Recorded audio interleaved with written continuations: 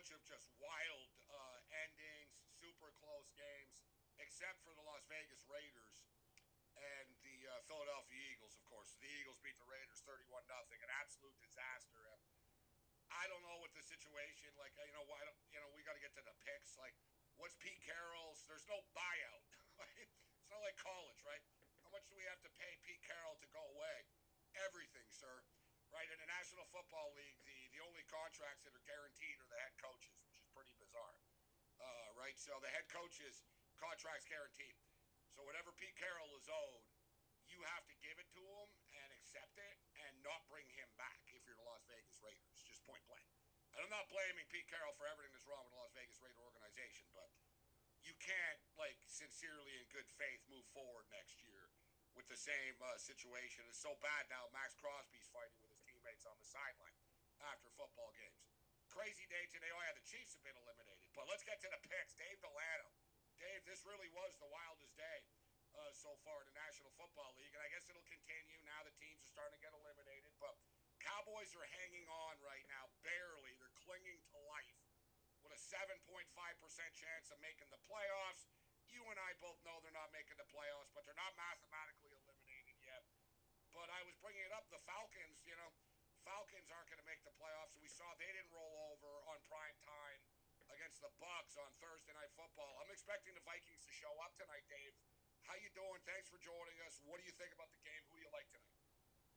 Yeah, I'm gonna get right into it. I know we got to talk about it, but man, with Pete Carroll, sometimes you wonder if these coaches are tanking. If they know that you're gonna get paid no matter what they're That's doing. it, exactly. Like, if he had any self-respect, he'd say, "Listen, I'm going to go back to playing golf and retire." But he's got to get paid if he quits. So he's exactly. So it's like they got to pay him. It is what it is. They're going to have to get rid of him. Yeah, so when we're looking at this game, though, the Cowboys have been playing better. They're still last in the NFL in defensive efficiency, according to certain metrics. But you look at the Vikings offense here, that's 29th on the offensive end. But Dallas has been really strong at home this season. They did have that loss to the Cardinals, but other than that, they don't have any losses. They had that tie against the Packers, which was, you know, kind of felt more like a win, even though people complain about ties. But, third overall in offensive efficiency for the Dallas Cowboys. Only teams better than them are the Packers and the Rams. And when you look at points per game at home, only the Lions and Bills score more than the Dallas Cowboys at home. So you're kind of wondering how much are the Vikings going to be able to move the ball. It's going to be weakness against weakness when Minnesota has the ball. But on the road, only teams that score less points than the Minnesota Vikings are going to be the Browns, Titans, and the Raiders. And this team's now scored 10 points or less in 3 out of their last 4 road games. Dallas, the last team in the NFC that's not mathematically eliminated. I know that Minnesota is going to be up to play the Dallas Cowboys, and I know that we're laying some points here with the 5.5, but I like the Dallas Cowboys in this spot. I know Dak Prescott's not really mentioned when it comes to MVP candidates, but I mean, this guy is one of the most valuable players to his team. When you look at, you're not going to be able to take him out, throw in a Phillip Rivers, and possibly win a game. So I just don't think that the Vikings are going to have enough firepower. I think that their defense is going to show up, but I like the Dallas Cowboys. I just think that when it's all said and done, Dallas is going to go ahead and cover this 5.5 points.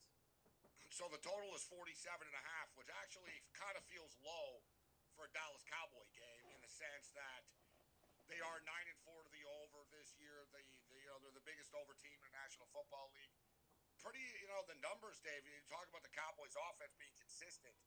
11-2 as far as team totals to the over this year. It's 27.5 tonight for the Cowboys, and hard to envision that they don't score 28 points tonight. At least I believe that they will. What do you think about that? Yeah, I definitely think that they will. I like the Dallas team total more than the game total. But yeah, I definitely think that they will. Minnesota's going to need to get some turnovers and things to score some points. And we saw against the Commanders, they won that turnover battle, 3-0 last week. But, it was a little bit of a mess with Jaden Daniels playing before he was ready, getting hurt, then Mariota getting thrown in there. I don't expect Dak Prescott to make those same mistakes. Got CeeDee Lamb, Pickens, ready for this game. I do like Dallas team total a lot in this game. I do like, though, as far as more so than playing the total over for Minnesota, I do like J.J. McCarthy over. I don't necessarily think that he's going to have a huge game, but right now, I mean, the 199 and a half passing yards. Whether this if this game's close, he's going to have to go over that. Even if it's they fall behind. Dallas is a team that gives up a bit more passing yards than other teams. So I do think that this is going to be, at least from a stats perspective, picking up those passing yards for people that love those player props. I do like JJ to get over 199 and a half passing yards, and also like Dak to get over his passing yards too. I mean, if I'm picking the Dallas Cowboys to cover the spread, I mean it doesn't really happen without another big game from Dak Prescott, and I think that he's going to deliver here. An interesting same game parlay. I'm not a same game parlay, maven or anything like that. I don't do like them. Oh yeah, same game parlay. But I think both quarterbacks are going to have success tonight. I think that JJ McCarthy guys to throw for two or more touchdown passes, and he's played 7 games. He got knocked out of one of them, so let's call it 6 games that he's played in. 3 of the 6, so half the games. And it's not pretty, but they do make big plays and they do throw the ball.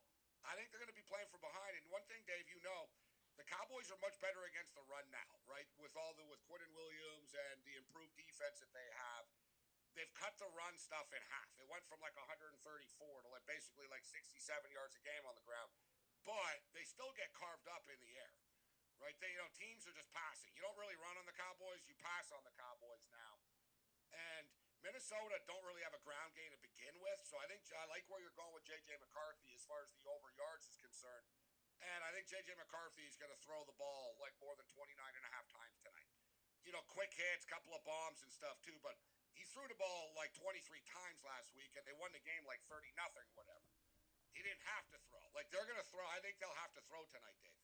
Any props for I you mean, tonight before we get you out of here? yeah, so I also like George Pickens to get up to find the end zone here with a receiving touchdown. I like CeeDee Lamb to go over 83 and a half receiving yards, along with the quarterback over for passing yards.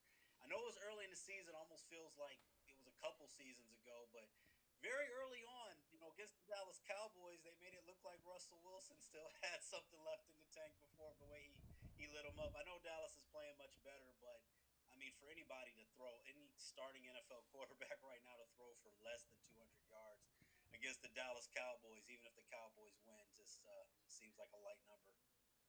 Dave Delano will not be with us next Sunday, but we'll definitely speak before Christmas. We'll talk some college football playoffs. It's always great having Dave on Sports Grid. Thanks for the time, Dave. Our best bets next season.